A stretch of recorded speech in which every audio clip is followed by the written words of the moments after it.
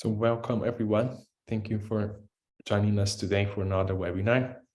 Today we have a very great topic that some people actually asked us to hold a webinar on, and I wrote to Warren after I saw this paper on the System Dynamics review, and today we're talking a little bit about this documenting the modeling process. And before we started, I just want to remind you all of our benefits of being a member of the System Dynamics Society. You get free access to all society seminars, including the recordings, such as this webinar here. You get a great discount on our annual conference, on also a discount on our partners' online courses, access to society mentorships, full access to the System Dynamics review, and also some exclusive prices on our bookshop. And if you haven't heard the news, we changed our membership from a year-based membership to a 12-month membership. So now whenever you join, you have 12 months to enjoy our benefits. And if you haven't heard also that we open registrations for the conference next year. The conference will be on from 23rd to 27th of July in Chicago, but also online. So you can choose if you want to meet us in Chicago or join from your home. And we also have a date for the summer school. We have the introductory track and intermediate track. And this is a great way to learn System Dynamics from 10th to 13th of July, 2023. And I just want to give a big shout out to all society sponsors. It's only through their help we are able to continue supporting the System Dynamics field and expand the System Dynamics field worldwide. And this is no news. We use Poll Everywhere for collecting some questions throughout presentations, and you can scan this QR code here, or just put in your browser Poll Everywhere, pollev.com/STS-Pulse877, and you'll be guided to our poll platform. So I'm just going to give you a few seconds to join us there. Either way, you can scan this QR code or go to this link here. And I'm going to leave here this. So my first questions to you all is, where are you joining us from? You know, the society seminars are really well represented from our community, and we usually get people from everywhere in different time zones. So I'm not sure if anyone could also place the actual link in the chat. That would be great. Maybe Christine, could you do that for me? That would be great. Let me see. You can also put in the chat here. But the idea is that you guys go to the platform and just get used to it, because Warren will be presenting and we have 30 minutes to send questions, and then we're going to move on to the Q&A. So we get a lot of people from different places here, South Africa, Albuquerque, California, Cleveland, New York, Canada, a lot of people from the US today. I see Germany. It seems that a lot of people from Germany, Austria, so also some representation from Europe. And what else? Ohio, yeah, Sweden. This is great to see you guys. Thanks for coming today. So I don't want to take more time from Warren. Moving on to the next slide here. Just a quick agenda for today. We're going to have 30 minutes presentation from Warren, and then move into 30 minutes of Q&A. So we have plenty of time for your questions. Don't forget that you can send your questions throughout Warren's presentation, and he'll be answering it also with the help of Andrada and Samuel afterward. So thank you so much, you guys, for being here. We have Warren, Samuel, and Andrada. Warren will be presenting, and Samuel and Andrada will be helping answering your questions. Thank you so much for coming. Warren, that's all from me. If you want to take over and share your screen, that'll be great. Great. Okay, there we go.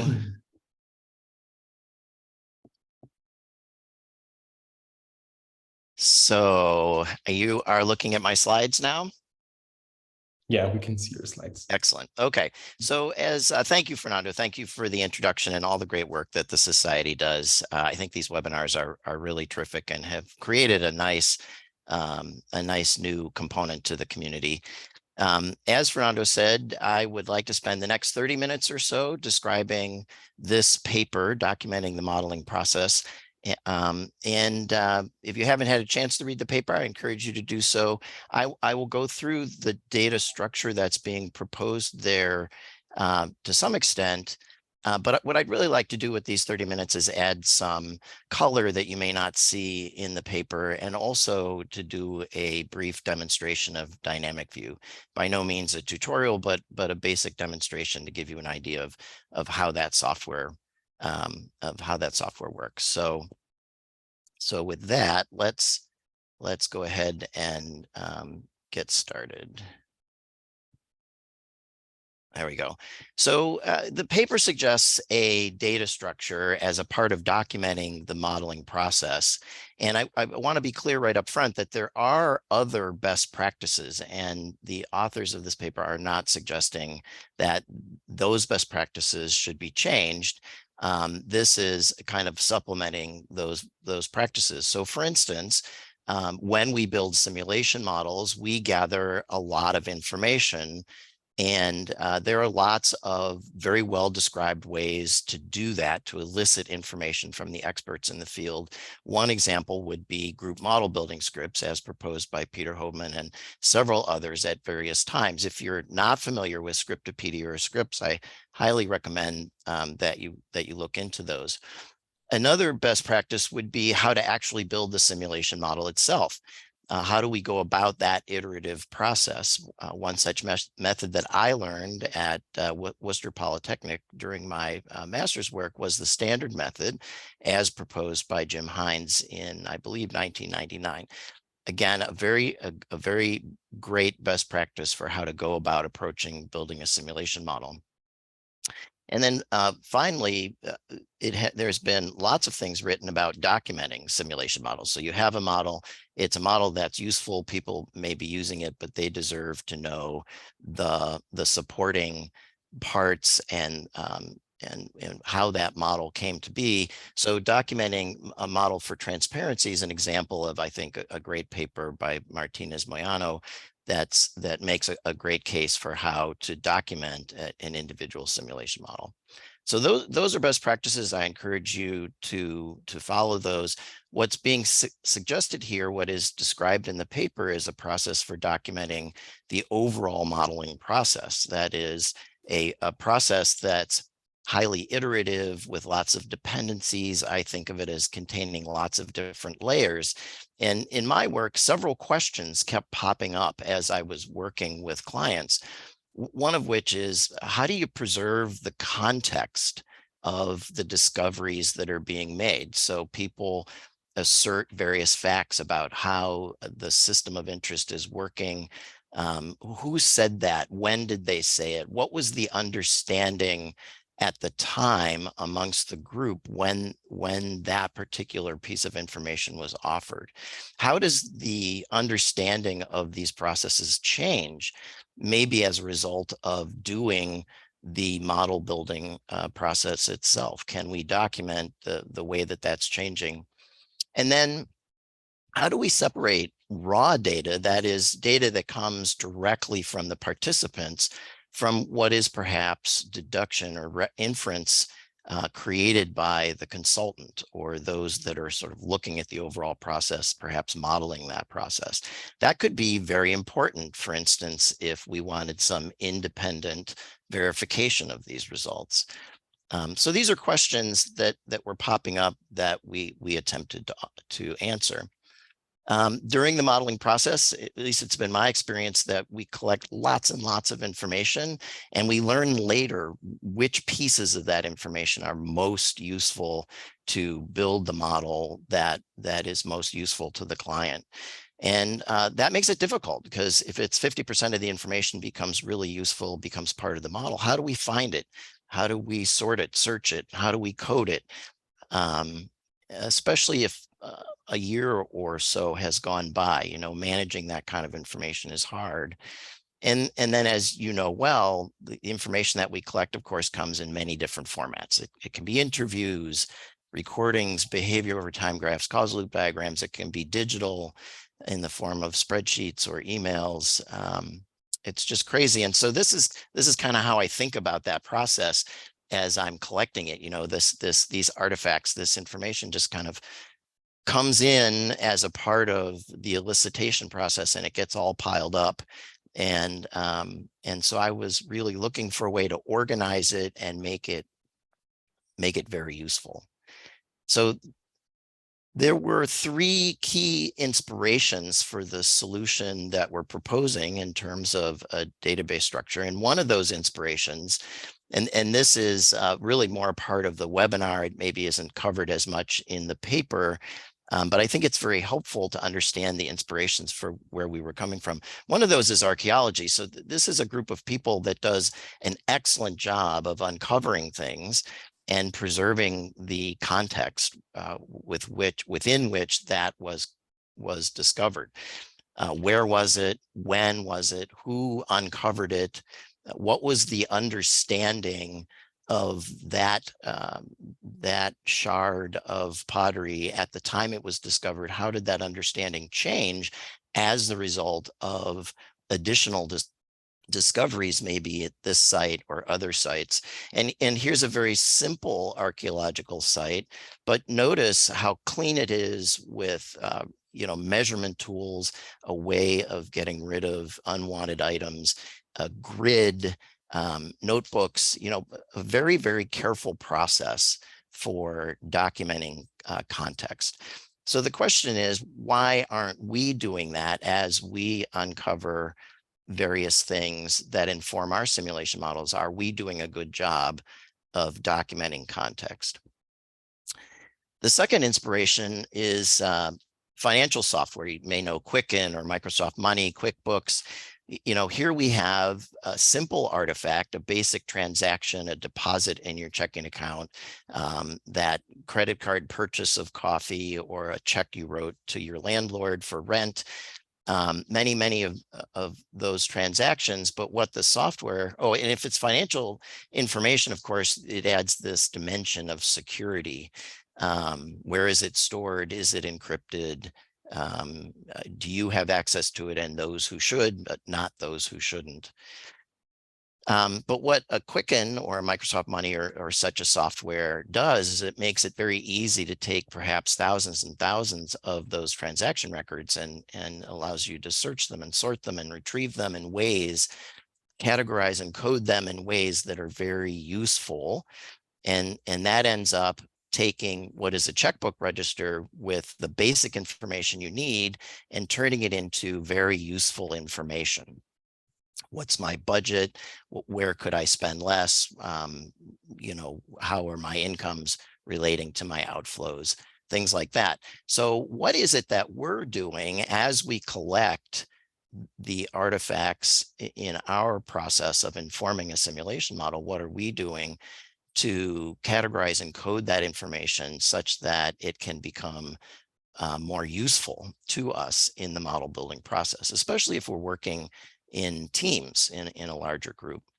And then perhaps finally, the third inspiration comes from case study research. And I would argue the process that we go through in informing our simulation models in eliciting the information that we need is a case study research method. I really like Robert Yin's book called Case Study Research Design and Methods. I've been using volume 5. I'm sure there's a more recent volume. But in this book, Yin argues for standardized methods, much like the methods that we have, such that we can have repeatability. He argues for separating the raw source data from conclusions, primarily for the reason that independent inspection and verification or refuting could occur. This increases the validity and reliability of our modeling efforts. And then he also argues things like triangulation, which would be gaining the same piece of information from multiple independent sources, such that we would have more confidence in that piece of information because it's coming from multiple independent people. Maintaining a chain of evidence, an evolution of thought, those kinds of things.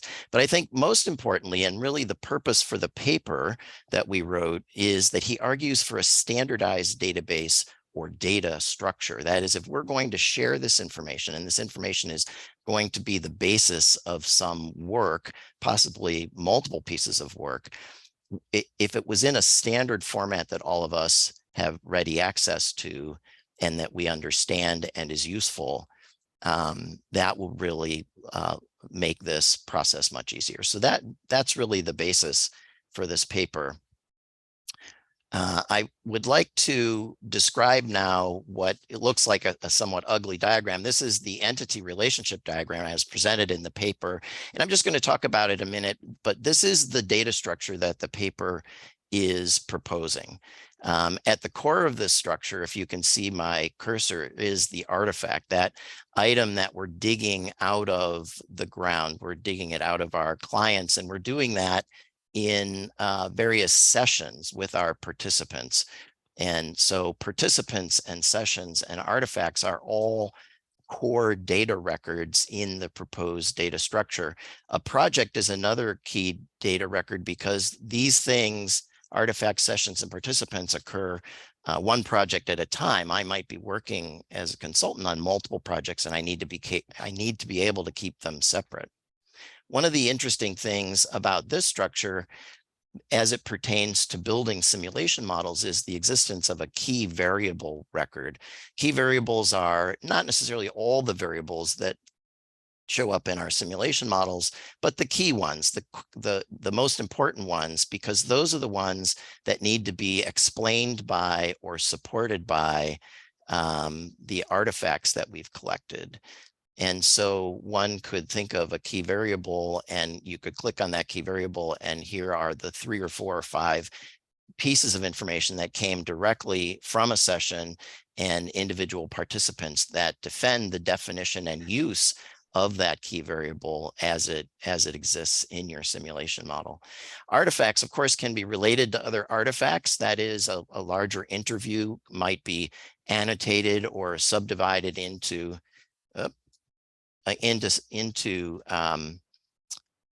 supporting artifacts. And likewise, key variables have relationships, certainly causal relationships. One key variable may cause another key variable or be caused by another key variable. Or one could also think of aliases where different people have different terms for the same basic concept that's being represented in a model. So all of those relationships are very important. And then at the very bottom of this diagram, you can see the category and tag items coming out of that financial software inspiration. And this just makes each of these records easier to find, easier to search and sort. Categories, each database record has its own unique set of categories, some of which I'll show you in the demonstration. And tags are literally just tags that can be applied equally to any of these database records. So if you want to know more about that structure, I encourage you to read the paper, but that's the overall diagram. And now what I'd like to do is give you a very brief flavor for dynamic view, give you a dynamic view demonstration. By no means a tutorial, but an opportunity to see how dynamic view works. So I'll go to it. I am running it directly in FileMaker. It is built on Apple Claris FileMaker. They're changing their names around a bit, but it works in just about any popular web browser. So so same basic interface. So after one logs into Dynamic View and enters their password and is in this secure environment, they're presented with a list of projects as you see here. These are the projects. The first project is the one I'm going to be looking at, and that's the one I've selected. So it's an example project built on a paper published by George Richardson many years ago about a basic SIR process, but I'm calling it CDC Marketing the Flu Shot. Would it be effective? Each of the database records we talked about a minute ago are available in the main menu to the left. So we have projects, participants, sessions, artifacts, etc.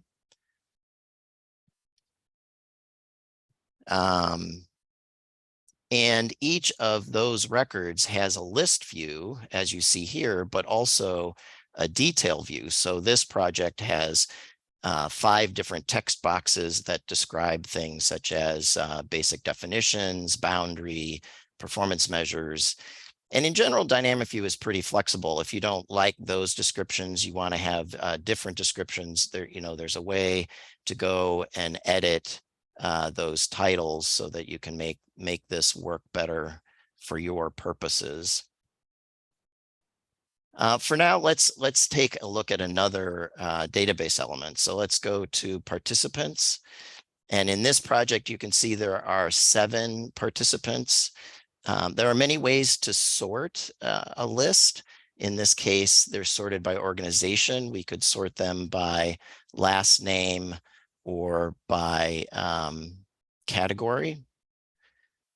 So in this case, we have this many experts from the Center of Disease Control, and we have the facilitator, myself, and then I included George as the author of the original paper on which this was based. Let's go from here. Let's take a look at sessions. So here's a list of, let me show all of them. Here's a list of all the sessions that occurred. These sessions are sorted from the the oldest, October 23rd, to the newest, October 30th. You may want to reverse that sort order. So now here's, whoop, I hit that twice. Here's the newest one here on top versus the oldest on the bottom. So that's convenient. Let's say that we only wanted to see sessions that occurred in April. We could edit the find, and we could go to the session date and say we would like to see April 1, 2018 through April 30, 2018, and then do that find.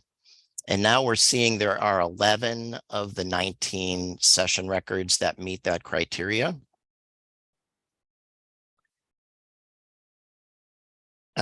If you want to run a PDF report, so oftentimes I want to find some particular records like artifact or session records and then run a quick report and attach it to an email. Dynamic View makes that kind of thing easy by using the Dynamic View menu. We could run a detailed report of just these sessions that we've selected. Let's see, I'm having a little trouble with my pad. There we go. And so here is a page by page, each session on its own page, including the participants and the various artifacts that were created during that session, as well as the notes. And each page represents one of these 11 different sessions. And this could be saved for your own records or attached to an email or whatever it is that you might like to do. So let's take a look at one of these sessions. Here's a session where I was developing influenza outbreak reference modes. If we select this session, we're going to go from the list view to the detail view, as we did with projects. And here's the name of the session. It occurred on April 3rd. It lasted for 2 hours, and it has a category of meeting amongst these other categories. It's not tagged. There were 2 participants, Kathy and myself. And during the meeting, Kathy and I met to discuss historical influenza outbreaks, and she provided some reference modes. So what were those? Well, the artifacts that are attached to this to this session are these. And we could certainly look at this artifact by going to the main menu and selecting artifacts and then finding the artifact that we want and then going to the detailed view for that artifact. But in Dynamic View, it's much easier to just use the link to the left of any database record. So in this case, we'll select that link. And now here we are on the artifact screen in the detail view. And here is the artifact as described by Kathy. This artifact I labeled as a category behavior over time graph. And it has a tag of influenza so that we may be able to find things tagged with influenza much more easily later. The participant for this artifact is, of course, Kathy. And in this case, this artifact has been annotated or used to develop another artifact. Unfortunately, Kathy was unable to provide me an Excel file, so there's no Excel file dropped into the container here. And so this annotation, if I select it, here we are still in the detail view of artifacts, but we're on the annotated artifact. Here is where I've selected 10 points from each of these annual graphs to create the reference modes that I'm representing here that then show up in my model file. So there's an example of, maintaining kind of a chain of evidence. Let's see, here's.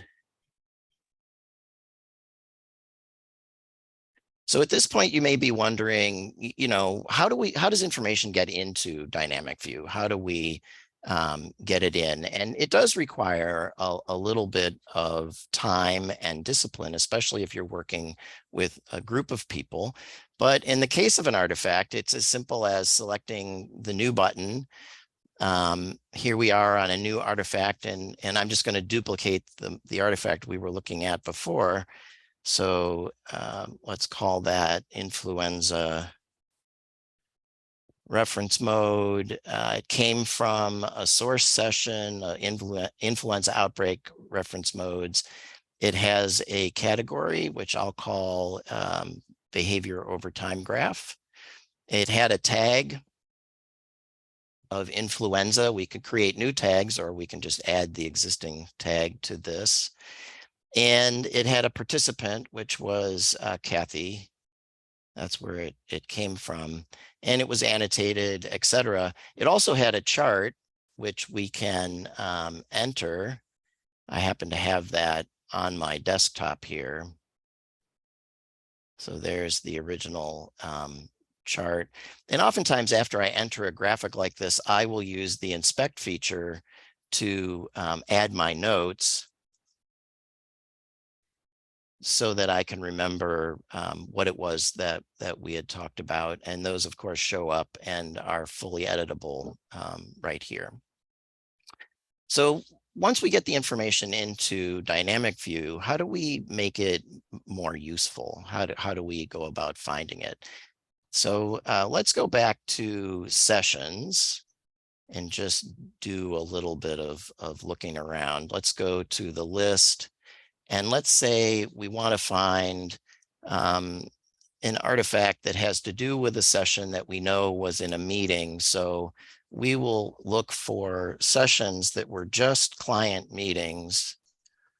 And we'll do that. And we see that there are 4 of the 19 sessions that have to do with client meetings.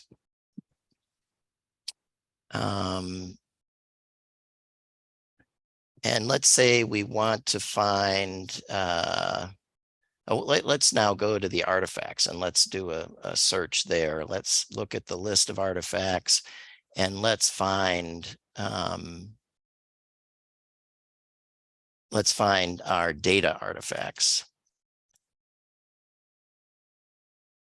So there are 15 of the 59 records that are data artifacts. And let's look at one of them in particular, which is this vaccine model Rev5 supporting information.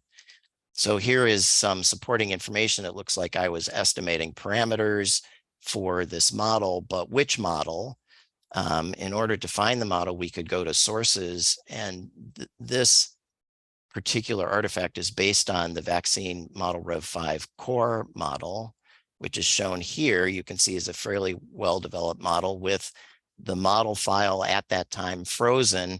And I'll often copy the equations as well into either the text or the details tab.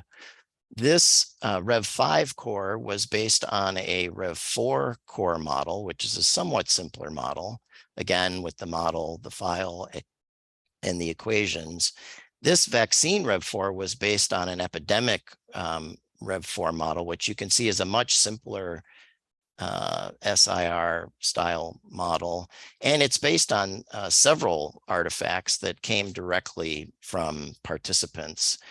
It also has several key variables associated with it. So there's 4 stock values in that model. And here are the 4 stocks we could look at. We haven't looked at key variables yet in this demonstration, but we could go directly to say the infected's key variable. So here we are in the detailed view of key variables, looking at infecteds. The unit of measure is people. The category is a stock, system dynamics stock. It has no tag. It has a specific definition. And most interesting to me, it has a number of supporting artifacts, including changing infectivity and the epidemic model and how people move through an epidemic. So these all help to define and support infecteds as a key variable or stock variable in the model.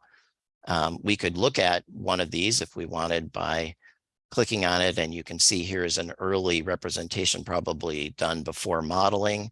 In fact, during the session, learning the basis of epidemic infections. And it has some key variables, etc. So that's really what I wanted to show you. That's what we have time for in the demonstration. I'm certainly happy to do a more detailed demonstration if anybody wanted one.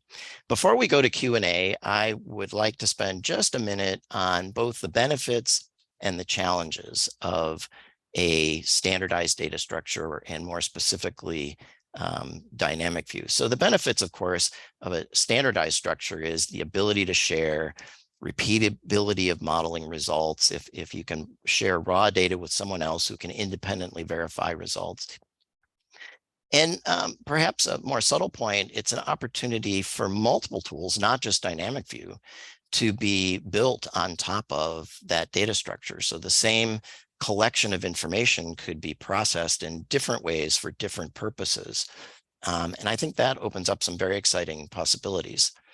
As I showed you with dynamic view, it's a lot about recall and manipulation of the data, making it more useful to the task at hand, which in this case is building a simulation model. And in my case, when a client calls 3 or 4 years after the fact and says, gosh, Warren, you remember that project we were working on? I can look it up in dynamic view, and I can look at my report, and I can look at the last couple of sessions and who attended it, who they were, what some of the things that were being said, maybe some questions they had at the end of that project, and really refamiliarize myself with what was going on. So that's been very useful. And my hope is that someday we can build very useful software on top of this kind of structure and provide some basic scaffolding for the best practices that exist, so that a beginner wouldn't have to spend quite as much time on all of the details as they do today. As for challenges, I mentioned, getting the data into the database is a little more work than keeping folders of digital files or piles of paper, but it's worth the payoff. This is especially hard if multiple people are entering data. There needs to be some agreement as to how the information is going to be entered and categorized and tagged, so that people have an understanding for how to find it.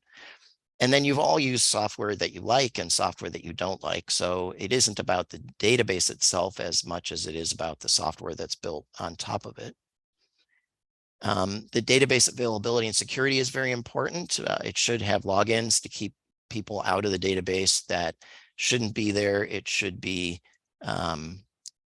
encrypted, both at rest if someone was to steal the database server file, and in transmission in case someone was to be listening in.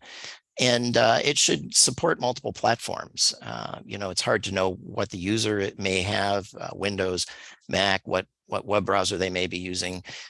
Dynamic View, because it's built on the Claris platform, is able to support all the major popular web browsers. And then finally, one of the challenges may just be, can we agree on a data structure so that it can be passed around and used and to build all these various tools and things what would it take to get a data structure that would be more widely accepted for this kind of work, that is the work of informing a simulation model? So with that, I am going to end. I think we're about 30 minutes into the presentation, and I'd like to open it up to Q&A. And Fernando, if you need the screen for the questions, go ahead. Yeah, thank you, Warren. This was great. And yes, you did it sharply, 30 minutes. All right. So I'm going to share my screen. We have 2 questions there, and maybe we can also have some discussion here. People can unmute themselves and speak up if they want to. But let's start with the Q&A here. So we have 2 questions here, or maybe people, there is a link in the chat if you want to send your question, so you can pick your time right now and send some questions to Warren. So I think the first question that we have here is, has dynamic view been presented at any of the annual IEEE international conferences on requirements engineering? If not, please consider doing so. You might find the ICRE of great interest. Yeah, I think that's fantastic. You know, a couple of years ago, probably longer, I was talking to Peter Hoveman, one of the authors on the paper, talking about this idea, and his point was, you know, we need to get a paper out there so that people are aware of it. And I think this comment, this question goes right to that. Yeah, it has not been, and I would be open to doing that. Yeah. Awesome. So let me just hide this one so I don't get confused. What is the cost of dynamic view? So that's a great question. You know, right now, dynamic view is in, I think it's been under development for 4 years, going on 5 years. And so there is a fair amount of functionality there. I've been working with 2 or 3 clients at a time to improve the software and understand their perspective and how it might be useful. Prior to that, I had just been using it sort of internally for my own use, and I have only one perspective on the process. So right now, I don't have an overall cost. It is a subscription. I'm happy to talk with people as to what their needs are and whether they would be a great, you know, sort of testing partner, or whether they would rather put this into some kind of production, in which case we can talk about how to get it set up. But I am not looking to charge a ton. You know, I'm looking to create a standard that is incredibly useful. So that's not a great answer, but that's the best answer I have right now. Thanks, Warren. And so, I have to take that one again. So do you think this data structure is fairly reusable across different project types? Have you modified it for various uses? Yeah, I think one of the other authors could weigh in on this. It's pretty useful. It may need to be extended a bit, but I haven't found anything to date that can't be sort of stored there. So I don't, Andrade, you may have some perspectives on that because you've had a chance to use it in ways I didn't anticipate. So. Yeah, I think the data structure is fairly reusable across projects. I think regardless of the project that you have, you're going to have evidence, which we call artifacts, and you're going to have analyses that you do that are based on that evidence, and it's used, and so you're able to capture those things separately of participants. These buckets and tags and ways of categorizing the work that you're doing are fairly I've used them on several projects, and they've worked well. In the paper, we talk about rigorously interpreted quotation analysis. That was an analysis piece that we added to Dynamic View that is focused specifically on on one piece of what analysis could be. So in that case, looking at interviews and separating those out into quotations and then phrases to actually document the causal links that people are expressing in their stories that they're sharing with you. So, you know, that functionality was something that was added to Dynamic View, but Dynamic View was easily able to support that. in that it linked to the core structure of dynamic view of the various artifacts, the participants, and being able to find a place, to have a place where you can easily search through the various data and analysis that was being generated. Yeah, and to that point, we did a lot of work on the interface to provide the capabilities, but the data structure itself really, for the most part, it's been unmodified. So, yeah. And thanks, Andrada. Thanks, Rory. I accidentally deleted one question here. So if the person saw that I deleted that, can please send it again. And the next question that we have here is how integrate dynamic view into Stella Architect, or should I export project out of Stella, import them into dynamic view in order to do the documentation?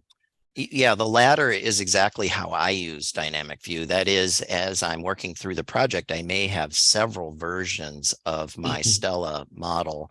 And at least in my case, every time I present a model to a client, I am sure to create an artifact that is a pre-session artifact that is the model I am presenting to the client. So I have that frozen in time. It's then stored in both the Stella file and any backup materials that I might have, like reference modes or things in posterity, right? So I know that as that model changes, I can always go back to where it was at the time of that presentation. Dynamic View doesn't care whether you're using agent-based or System Dynamics, doesn't care what software you're using. It just provides you a repository to store those key versions of the model that you're working on, be it maybe a causal loop diagram model, even, that kind of thing.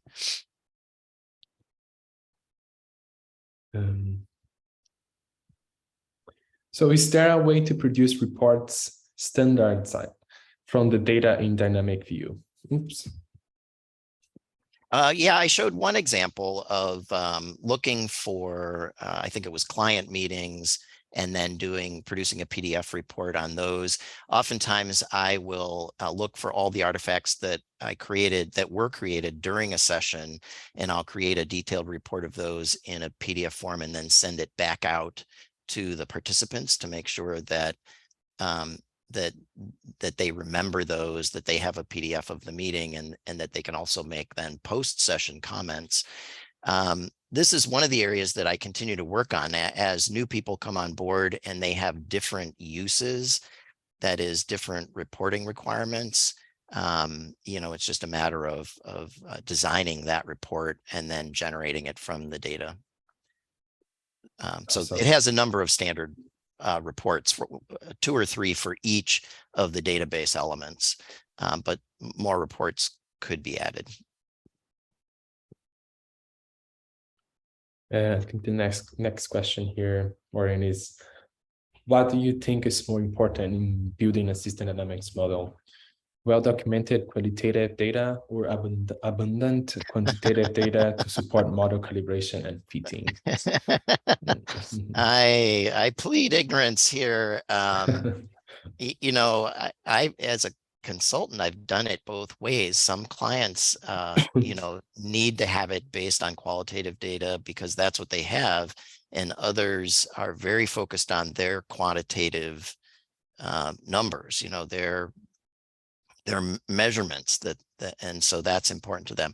I think they're both important, and I think it really depends on the task at hand. And I am absolutely positive that if you're willing, Andrada or Peter would have something more useful to say on this topic. And dynamic view is agnostic between, which sort of data you have. Peter, did you want to go first?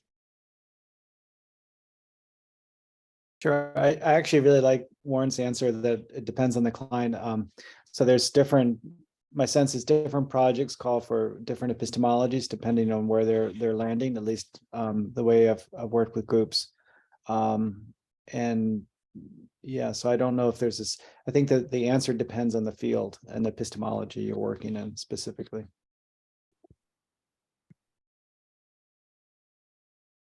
Thanks, Peter. Just hide this one. I think I would just add that Dynamic View supports both. And at least in my personal experience, it's been useful to have both qualitative and quantitative data to talk about why do we have the structure that we do in the model? Why do we have the parameters that we do? Does it match behavior over historical behaviors? Does it match projections that other models have put out there? If not, why not? It allows for documenting that process, whatever your process is. Whatever your client brings up or your stakeholders, your community that you're working with, you can document those aspects. And it's useful too, because it provides a trace of what you've done and why, for all the reasons that Warren has documented, and also for your own personal reflection and thinking about bias, things like that. Right. There is another question here that I'm not exactly sure if I understand, Warren, but maybe you do. Which format models, either from Stella or from any other simulation tools like Vensim, or even from enterprise architecture?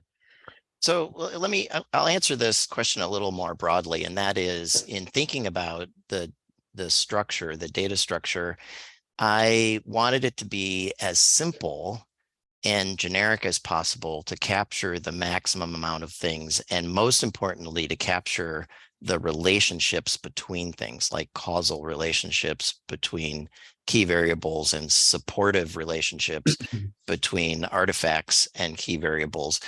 So this question has to do, I think, with, I'm using some simulation software, I don't know which, and or I'm using many, and I want to create a record of that, and that is the artifact, that a version of a simulation model, even if it's an internal version or perhaps a presented version, as I talked about earlier, each can become their own artifact record, and those artifact records are then saved in context. That is, there's a session and a participant, maybe the modeler, and a lot of notes and supporting key variables and source artifacts that supported the structure of that model, et cetera. But in the end, no matter what the simulation software is, no matter what the file format is, you can think of Dynamic View as just a container. The artifact is a multifaceted container where you can put many different parts of that artifact, including its simulation file and its Stella file in that example, and Excel spreadsheets that support it, a picture of the model, its text, equations, etc. I hope that answers the question. If not, send it back in.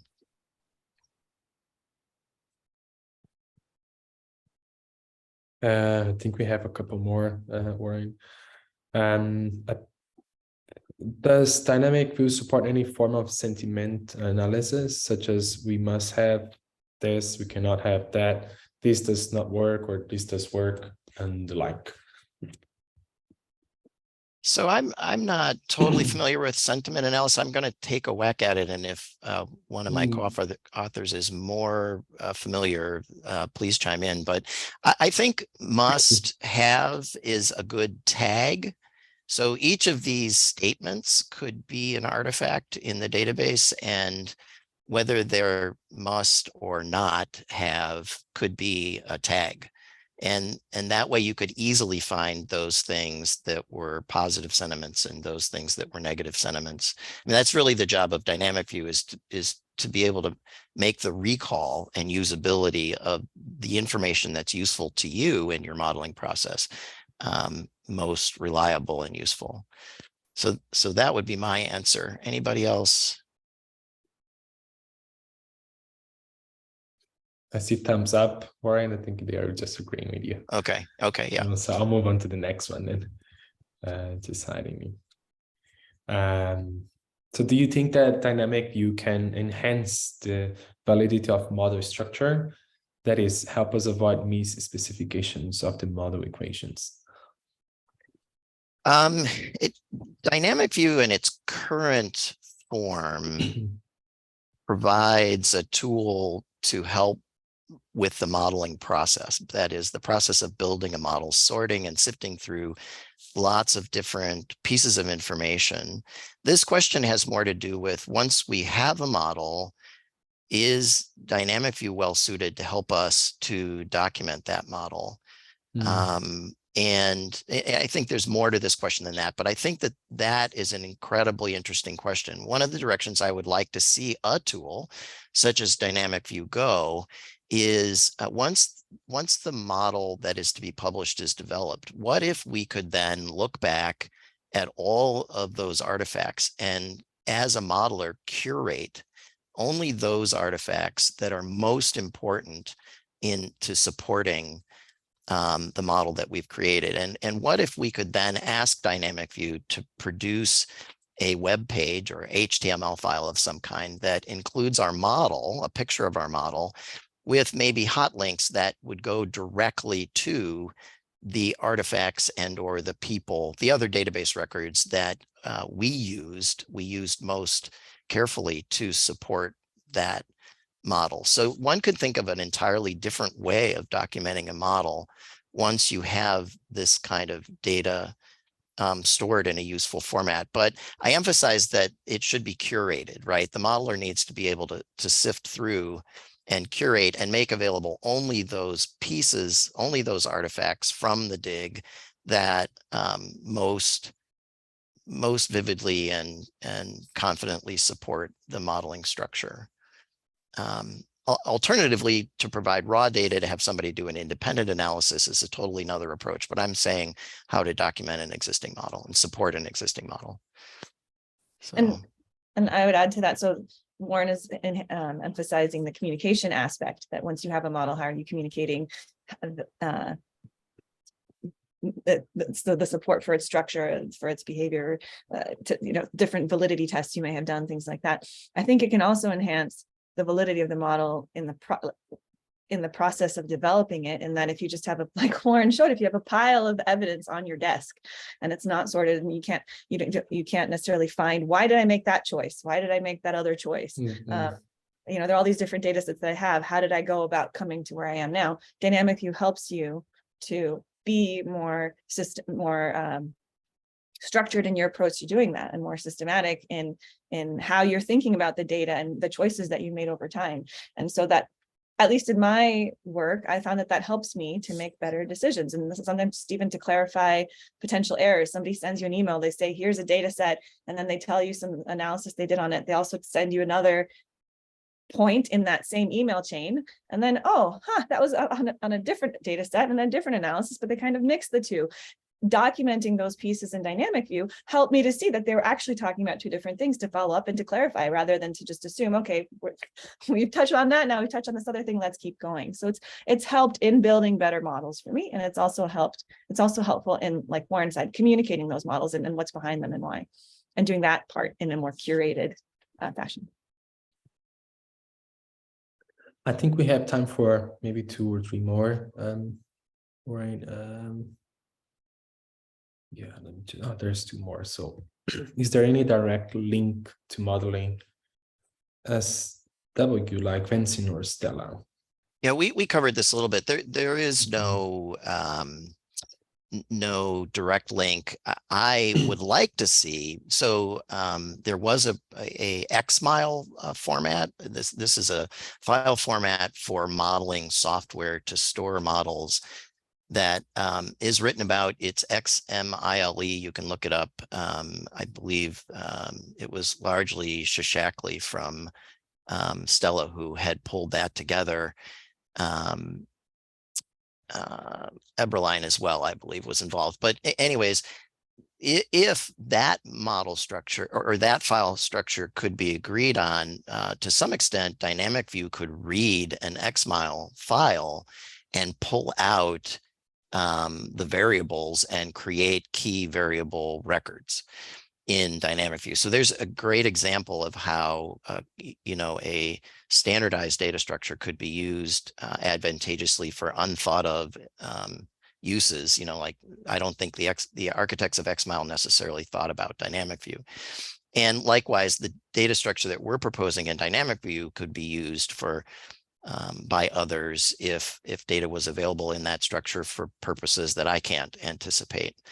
But at the current time, no, there's no direct link other than storing a version of the file in the container, in the artifact container. Thanks, Warren. And I think we move on to the last one here. Have